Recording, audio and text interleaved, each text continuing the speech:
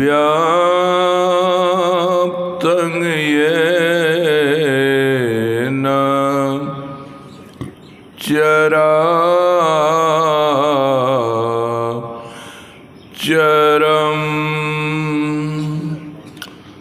तत्पदं दर्शितं येन तस्मै श्री गुरवे नमः। तस्मै श्री गुरवे नमः।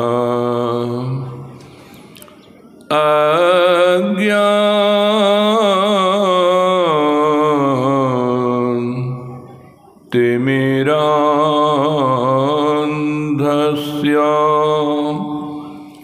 ज्ञानाञ्जन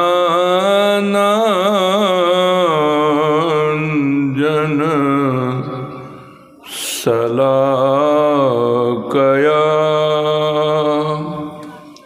चक्षुरुन्मीलितं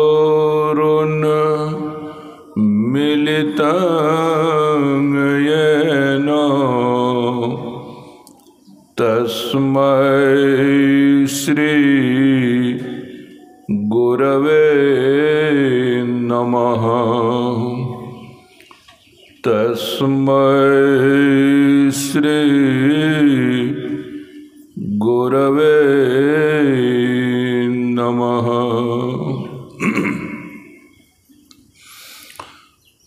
परम आदरणीय ग्रामवासी बंधुओं एवं बहनों तथा सत्संग स्थल में उपस्थित सदात्माओं,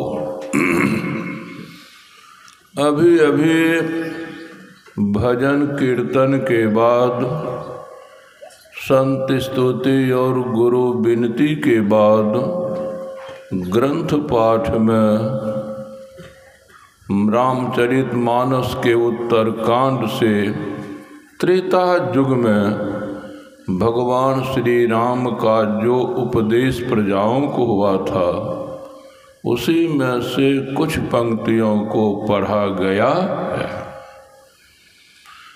तो भगवान श्री राम प्रजाओं को क्या उपदेश कर रहे थे आप सुने हैं अभी। प्रजा जो चाहती होगी, प्रजा से मतलब लोग जो चाहते होंगे वही बोले हैं। तो उस समय जो लोग थे, अभी हम भी लोग हैं, तो उस समय के लोगों में अभी के लोगों में एक ही बात होनी चाहिए कि अलग अलग बात होनी चाहिए। जैसे आज के लोग दुख नहीं चाहते हैं, सुख चाहते हैं, तो उस समय के लोग क्या चाहते होंगे? उस समय के लोग दुख चाहते होंगे? नहीं। तो क्या चाहते होंगे? सुख। कभी के लोग क्यों ना हों, सबके भीतर में यही होता रहता है, हरदम सुख मिले, हरदम शांति मिले, कभी दुख नहीं मिले, कभी अशांति नहीं मिले। ये एक ही लक्ष्य है। इसी को पूरा करने के लिए अपनी अपनी समझ बूझ के अनुसार मनुष्य जीवन भर कुछ ना कुछ करते ही रहते हैं। करते करते कुछ पाते हैं, पाने के बाद वही देखते हैं जो करने के पहले होता था। तो भगवान राम बोले, जाऊं परलोक यहाँ सुख चहु, यदि इस जीवन में हरदम सुख चाहते हैं, इस जीवन के बाद यानी मरने के बाद भी हरदम सुख चाहते हैं, तो इसके लिए आप लोगों को मेरी भक्ति भी करनी होगी, यानी परमात्मा की भक्ति भी करनी होगी। आज भी चाहे ईसाई धर्म के लोग हों, चाहे इस्लाम धर्म के लोग हों, चाहे हिंदू धर्म के लोग हों, यही बात कहते हैं। यही एक मांग हम आपके भीतर है, हरदम सुख हो, कभी दुख नहीं हो। कभी कभी सुख का भी संयोग बनता है, सुख भी मिलता है। देखते देखते ऐसी घटना घट जाती है, ऐसी परिस्थिति बन जाती है, हो रहा था कुछ होने लगता है कुछ, छाती पीटने लगते, सिर दुख धुनने लगते हैं। हे प्रभु, यह क्या हो गया, यह क्या हो गया। तो भगवान समझाने के लिए तैयार हैं। आप जैसा चाहते हैं वैसा होगा। कब? जब समझ और करना ठीक होगा तब। समझ भी ठीक, करना धरना भी ठीक, तब तो बात बनेगी, नहीं तो नहीं। अभी भोला बाबा शंकर बाबा की बात बोल रहे थे, क्या?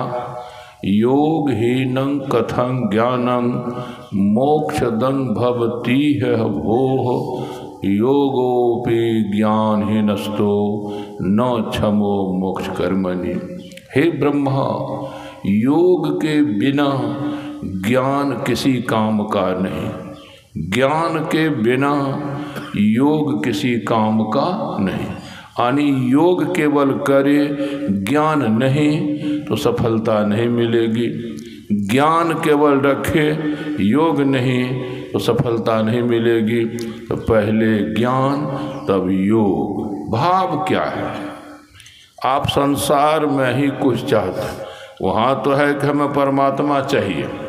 जीव का परम कल्याण कब होगा, यह ब्रह्मा जी ने भगवान शंकर से पूछा था। तो बात उठी थी, ब्रह्मा जी रखे थे। कोई कहते हैं योग से होगा, कोई कहते हैं ज्ञान से होगा। तो ये आपका क्या कहना है? तो शंकर जी ने कहा, अकेले ज्ञान से भी जीव का परम कल्याण नहीं होगा, अकेले योग से भी जीव का परम कल्याण नहीं होगा।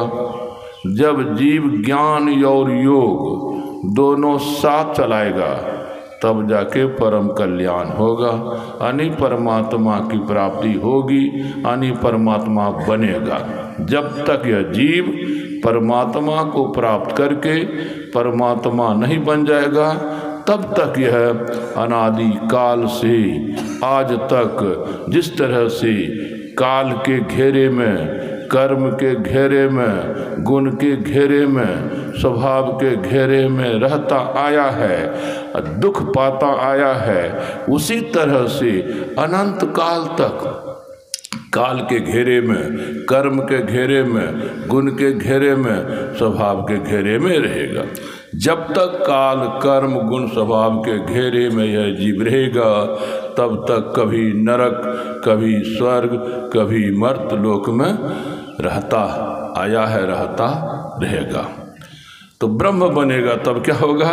तब काल, कर्म, गुण, स्वभाव के घेरे से निकल जाएगा। तब इसकी दाल नहीं गलेगी चारों की। तो जीव को ब्रह्म बनना है तो क्या करने से? भगवान शंकर बोले ज्ञान और योग दोनों जब रहेगा तब कभी न कभी जीव ब्रह्म बन जाएगा और परम कल्याण हो जाएगा। तो यहाँ ज्ञान का भाव क्या है, योग का भाव क्या है, अर्थ क्या है? ज्ञान का भाव यहाँ है बात को, विषय को समझना। योग का भाव है यहाँ जो समझे हैं उसको करना। एक उदाहरण छोटा सा समझने के लिए दिया जाता है। कभी कभी देखते होंगे किसी भाई की पत्नी जवानी में मर जाती है। एक भाई की पत्नी लगभग 35 या 40 वर्ष की उम्र में मर गई। अब भोजन तो प्रायः माँ बहन ही बनाती है, पत्नी ही बनाती है। वही जानती है कौन भोजन कैसे बनेगा। अब पत्नी गई मर, अब इसके ऊपर आ गया भार कि भोजन कैसे होगा। तो भोजन अपने जानता नहीं है बनाने के लिए। अभी जब पत्नी नहीं है तो जानना पड़ेगा, सीखना पड़ेगा। जिसको भोजन बनाने के लिए आता है उसके पास वह जाता है, कहता है देखिए न हमारे जीवन में एकाएक यह घटना घट गई और हम भोजन बनाना नहीं जानते हैं। या आप तो जानते हैं, देखते हैं कि रोज़ ही बनाते हैं, तो हमको भी भोजन बनाने के लिए जनाइए, सिखाइए। हम जान जाएंगे, सीख जाएंगे तो भोजन बनाएंगे। तो समझाते हैं इतने आटा में इतना पानी देना, इतनी दाल में इतना नमक देना, मतलब जिसमें जैसा लगता है, जिस तरह से जो भोजन बनता है उसी तरह से समझाया और पूछा अच्छा बोलिए तो यह भोजन कैसे बनेगा, ऐसे, यह भोजन कैसे बनेगा, ऐसे। जैसा उसने समझाया वैसा उसको याद हो गया, समझ लिया। घर गया न तो भोजन बनाने का काम नहीं किया, तो भोजन बनाने का काम नहीं किया तब क्या हाल होगा, भूख लगेगी तो दुख होगा, कष्ट होगा। समझ लिया, जो करना था सो नहीं किया तो काम बना कि बिगड़ा। जान गया, समझ गया, करना धरना नहीं तो कितनों जाने कितनों समझे किसी काम का नहीं। दूसरी बात, जाने समझे नहीं, आटा सानने लग गए, रोटी बेलने लग गए। जानेगा समझेगा नहीं तो कितनों आटा में कितनों पानी दे देगा, आटा जैसा होना वैसा नहीं होगा। अब बेलना में जैसा बेलना नहीं बेलेगा। यदि समझेगा नहीं काम को, करना शुरू करेगा तो बिगड़ेगा ही। समझ लिया काम को, नहीं किया तो बिगड़ेगा ही। कौन कहा भी लाने के लिए, उसको रख दो वहीं ससुर के पास।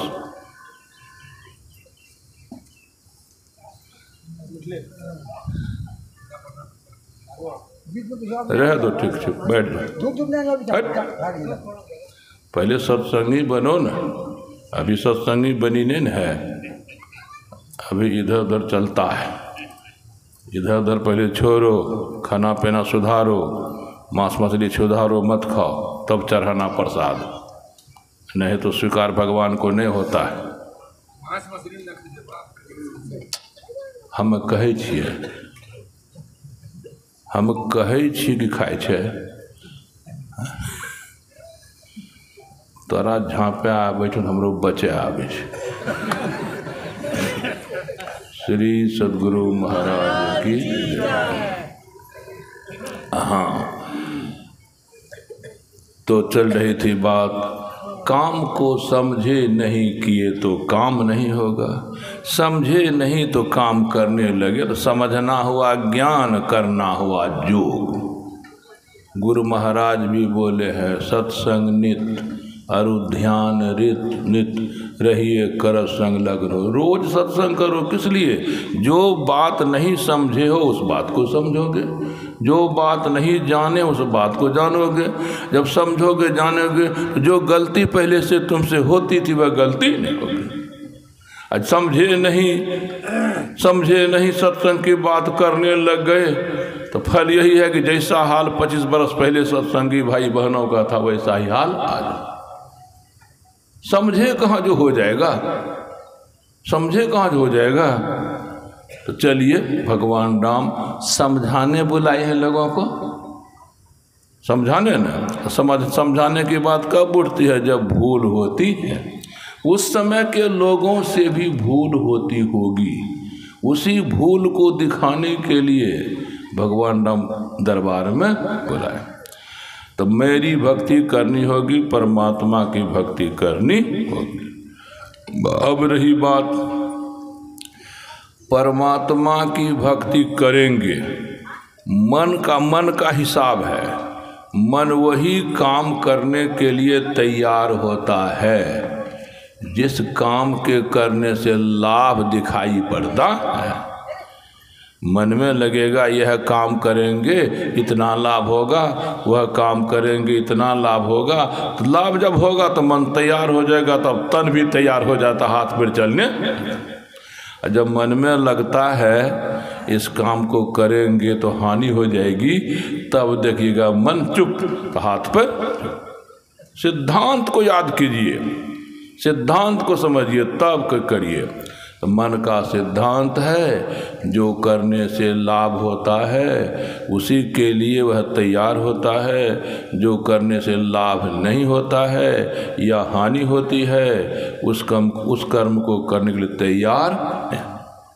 तो ये आप जो परमात्मा की भक्ति करेंगे तो पहले आपको जानना होगा मन में कि परमात्मा की भक्ति करेंगे तो क्या क्या लाभ होंगे, कौन कौन लाभ होंगे। जिनको लाभों की जानकारी नहीं है ना, उन्हीं को परमात्मा की भक्ति में मन नहीं लगता है और ऐसे दिन काटता है, ऐसे दिन काटता है। जिनको लाभों का पता है तब करता धरता है तो टेढ़ भी लगता है, कभी भक्ति का फल आता भी है, कभी नहीं आता है। तो भक्ति का फल जैसा होना चाहिए नहीं आता है ना, तब जो भक्ति किए हैं पाए हैं उनके पास जाते हैं, समझते बुझते हैं। एक उदाहरण दे दूं, दो भाई आप हैं, माँ बाप का खेत है, दोनों भाई अलग अलग हैं, खेत बटेगा ना, बीच में आर होगी ना, होगी।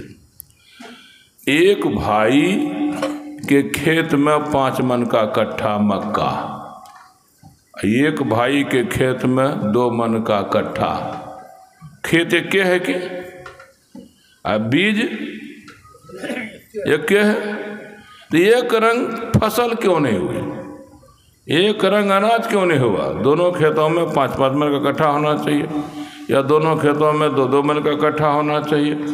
खेत जब एक के है, बीज जब एक के है, अंतर क्यों? तो ये अंतर जोतने कोरने। तब जिसको कम हुआ है बेसी वाले के पास जाएगा कि आप क्या क्या किए जो 5 मन का कट्ठा हुआ, खेत जब अक्के है, हम क्या क्या नहीं किए जो 2 मन का कट्ठा हुआ। वो पूछेगा खेत कितना चाष किया था? कहा 3 चाष। 3 चाष में मक्का होगा ना? आप लोग मक्का की खेती नहीं किए कभी? 3 चाष में मक्का की खेती नहीं, लेकिन 3 चाष करके बूंद दिया तो जैसा होना चाहिए। अरे बाबू 3 चाष में कहीं मकई खेती होती है? 6 चाष। कमी का पता चल गया, वो किया 6 चाष हम किए। पानी कै बार पटाया? का 3 बार। 3 बार के पटाने से हो जाएगा ना? तो 3 बार, हम तो 6 बार पानी पटाए हैं। वो झलक गया। तमौनी कै बार करते हैं? तमनी खुरपी से ना, कुदाली सच्चा तैयार है लोग। खुरपी से कमौनी, कुदाल से पता चल गया। अब दूसरी बार वो जान गया, 6 चाष किया, 6 बार पानी पटाया, जितनी खाद देनी चाहिए उतनी खाद दिए, जितना और कुछ किया, 5 मन का कट्ठा आ गया। तो परमात्मा की भक्ति बहुतों ने सतयुग में भी किया है, त्रेता में भी किया है, द्वापर में भी किए हैं, कलयुग में भी किए हैं। जो जो किए हैं परमात्मा की भक्ति को पूरा, उनको पूरा लाभ भक्ति का हुआ। मेही बाबा को तो पूरा लाभ भक्ति का नहीं हुआ होगा, कुछ बोलिए। पूरा हो गया। देवी बाबा को एकदम पूरा सब, अपना कुल खानदान का हाथ नमरा नमरा के बोलते।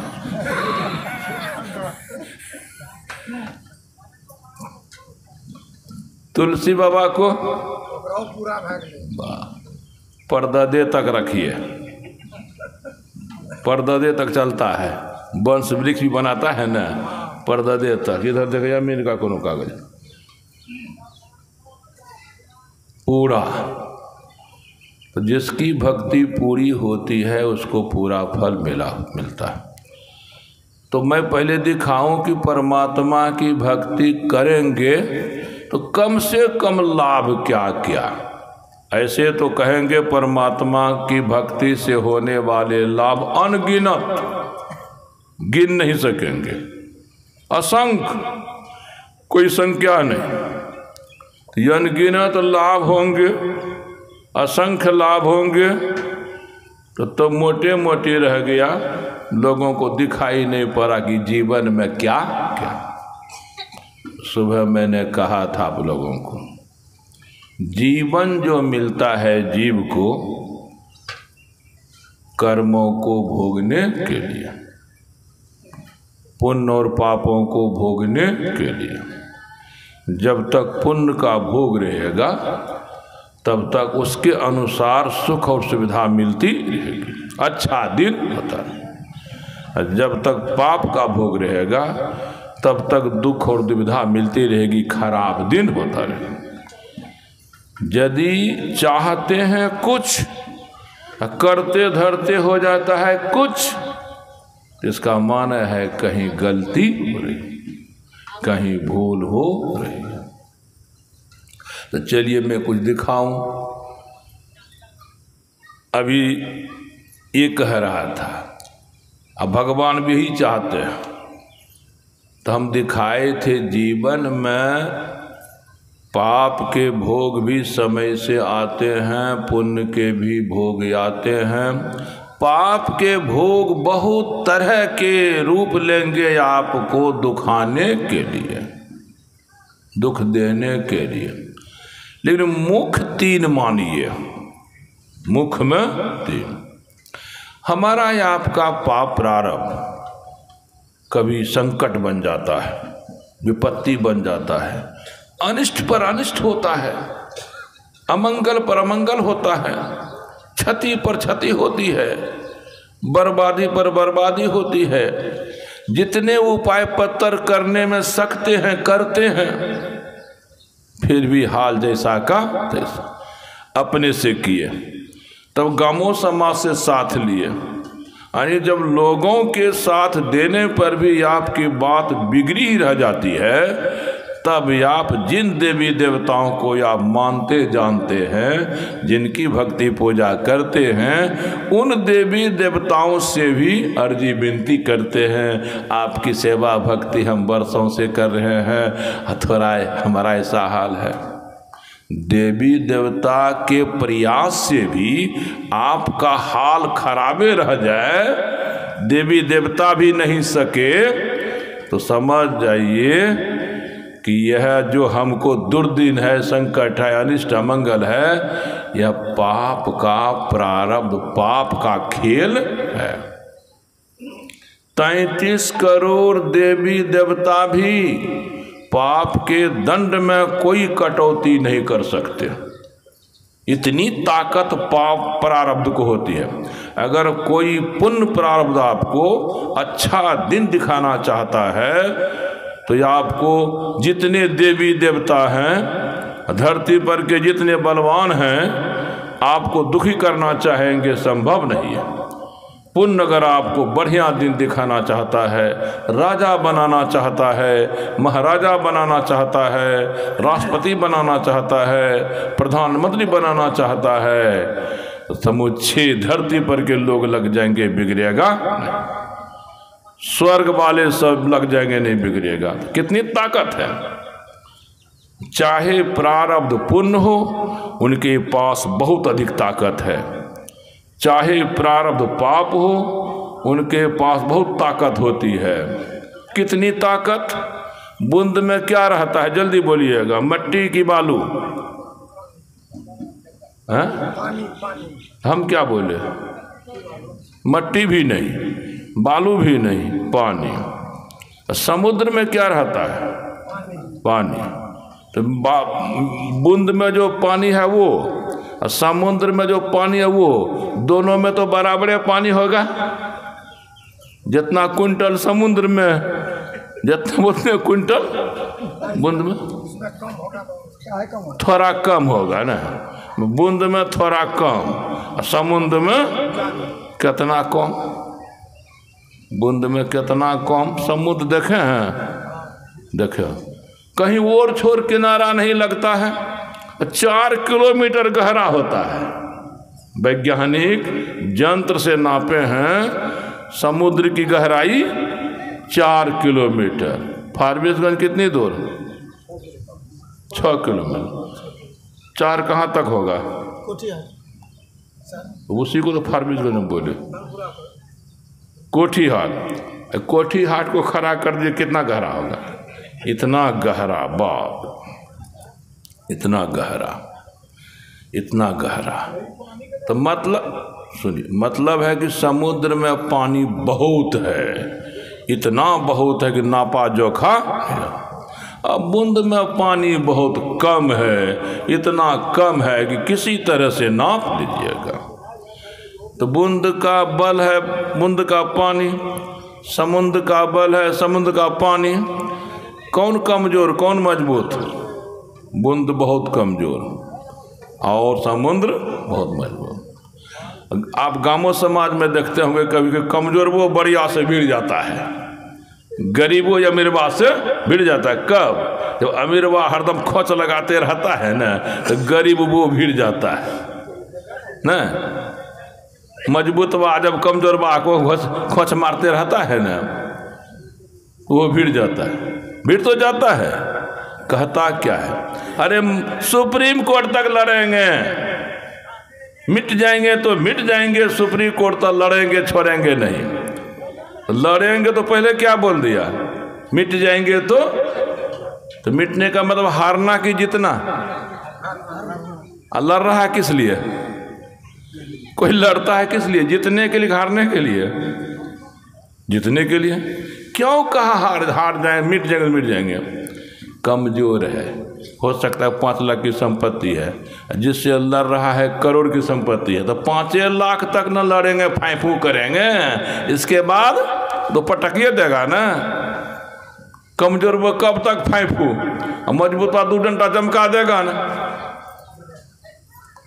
तो कमजोर हारता है, मजबूत जीतता है। तो प्रारब्ध की शक्ति समुद्र की जैसी बहुत। हम लोग प्राणी जो है ना, चाहे मनुष्य हैं चाहे देवी देवता हैं, अलग अलग इसकी शक्ति एक एक बूंद। आपकी भी शक्ति एक बूंद, इनकी भी शक्ति एक बूंद, आपके देवी देवता की शक्ति भी एक बूंद।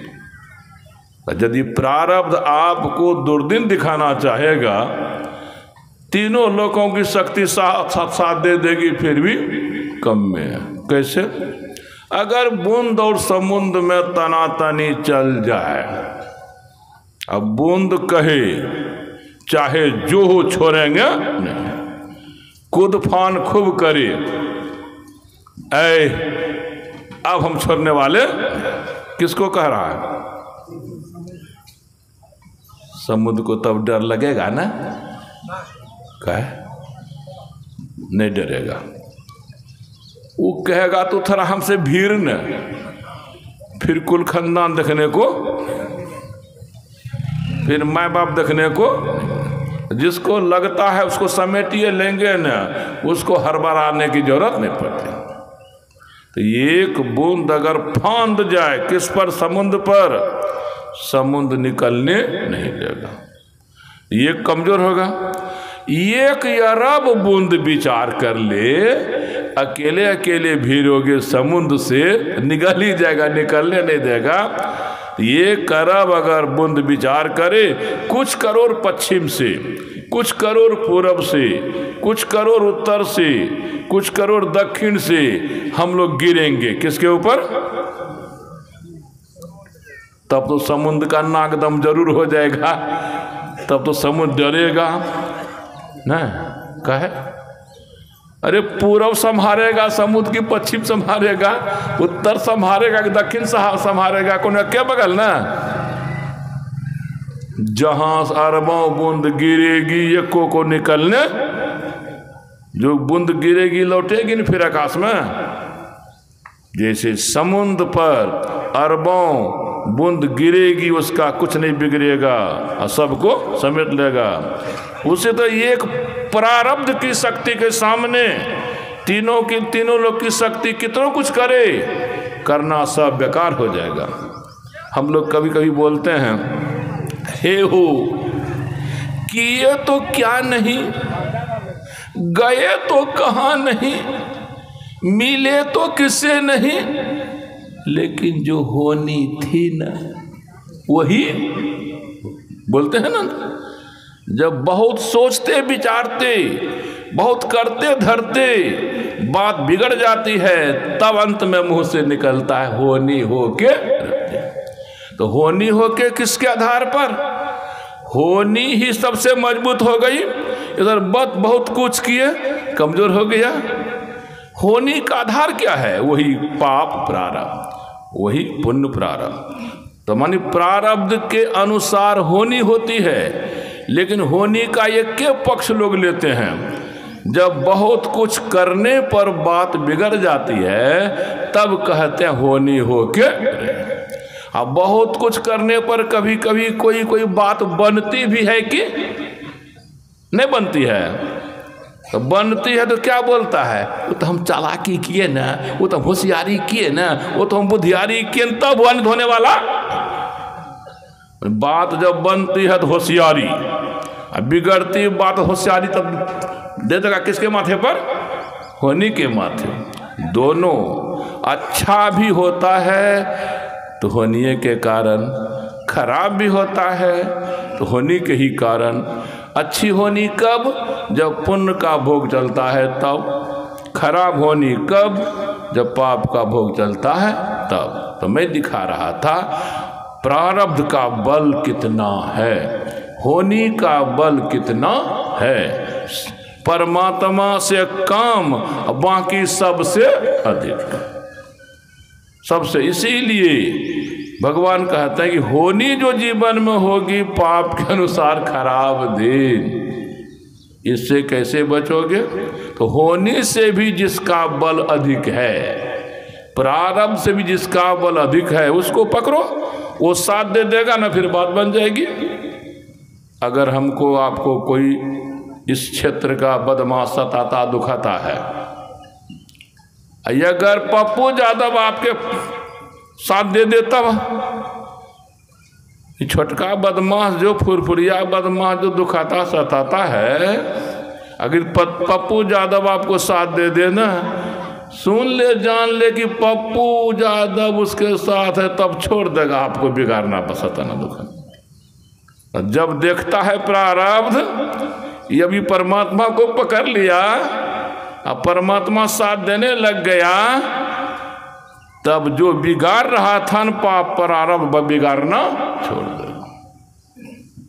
छोड़ देगा।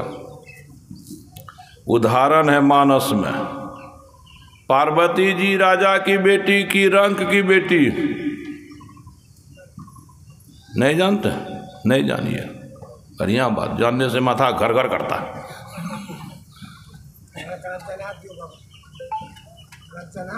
देखिए जनरल जो प्रवचन करते हैं सरकारी नौकरी में है, मैं ही वाग नौकरी में, अलग से पूछिएगा तो ट्यूशन पढ़िएगा, उसका फीस कुछ और है, अलग से पूछिएगा। अरे सब जानता, हिमालय राजा की बेटी थी, हिमाचल राजा की बेटी थी। ये अपने कौन थी? सुबह सुने थे सीता तो लक्ष्मी ही थी, नहीं वो थोड़े मनुष्य थी, पार्वती मनुष्य के रूप में देवी ही थी, देवी ही थी। लेकिन कौन माई बाप जब बेटी बिहार के लायक हो जाती है चिंता फिक्र नहीं करता, सब करते। एक दिन घूमते घामते उनके गुरु महाराज नारद जी पहुंच गए उनके यहाँ, राजा हिमाचल के यहाँ। ज्यों नजर पड़ी राजा हिमाचल की गुरुदेव पर, खुशी का ठिकाना नहीं रहा, मुंह से निकलने लग गया गुरु महाराज पधारे भाग जगह, भाग जगह, भाग जगह, गुरुदेव पधारे भाग जगह, भाग जगह। दौड़े, चरण में लिपट गए। चरण में जो रज लगी थी पोंछ पोंछ कर ललाट में लगाने लगे, देह में लगाने लगे, हाथ पैर में लगाने लगे, यानी देह को पवित्र करने। जब उनकी देह पवित्र हो गई, आप लोगों की होता है कि जैसा दिन हमारा हो वैसे पत्नी का भी दिन हो, जो सुख हमको मिलता है वही सुख पत्नी को ही मिले। तो वो तो अपनी देह पवित्र कर लिए। उनको कि मेरी पत्नी की भी देह पवित्र होनी।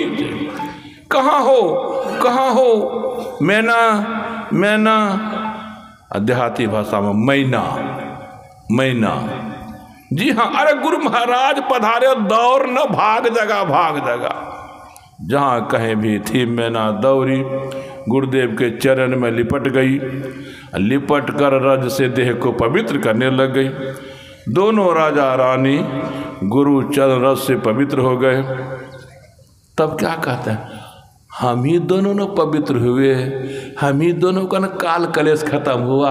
घर द्वार बारी झाड़ी, बारियों झाड़ी में काल कलेश रहते हैं, घरों आंगन में काल कलेश रहते हैं। क्या अरे दौड़ के लान कठोता, लोटा में पानी, कठौता लोटा में पानी। गुरुदेव के चरण को पखार, चरणामृत घर द्वार में बाहर आंगन में छीट दे, सब काल कलेश कहते हैं। तब ना आजो काल छीटते हैं लोग। तो घर द्वार बाहर भीतर पवित्र हो गया, अपने पवित्र हो गए। तब रानी क्या कहती है? मैना है बेटी हम लोगों की बिहा के लायक हो गई है। गुरु महाराज आए हुए, गुरु महाराज छोटे मोटे गुरु में तीनों कालों की बात जानते हैं। हजारों बरस पहले क्या क्या कहाँ हुआ है गुरु महाराज जानते हैं। हजारों बरस बाद कहाँ क्या होगा उसको जानते हैं। ये भी धरती के ऊपर भीतर जानते हैं। मौका है हम लोग गुरु महाराज से किसी तरह से पता लगावें बेटी पार्वती का दिन अच्छा होगा कि खराब, भविष्य अच्छा होगा कि खराब, अरे घर बर मन के लायक मिलेगा कि। तो राजा को हाँ ठीक कहती है। तो पार्वती को दोनों साथ लिए गुरु महाराज के चरण पर सिर टकवाए। राजा क्या बोलते हैं? गुरुदेव देख ही रहे हैं बेटी मेरी अब विवाह के लायक हो गई है।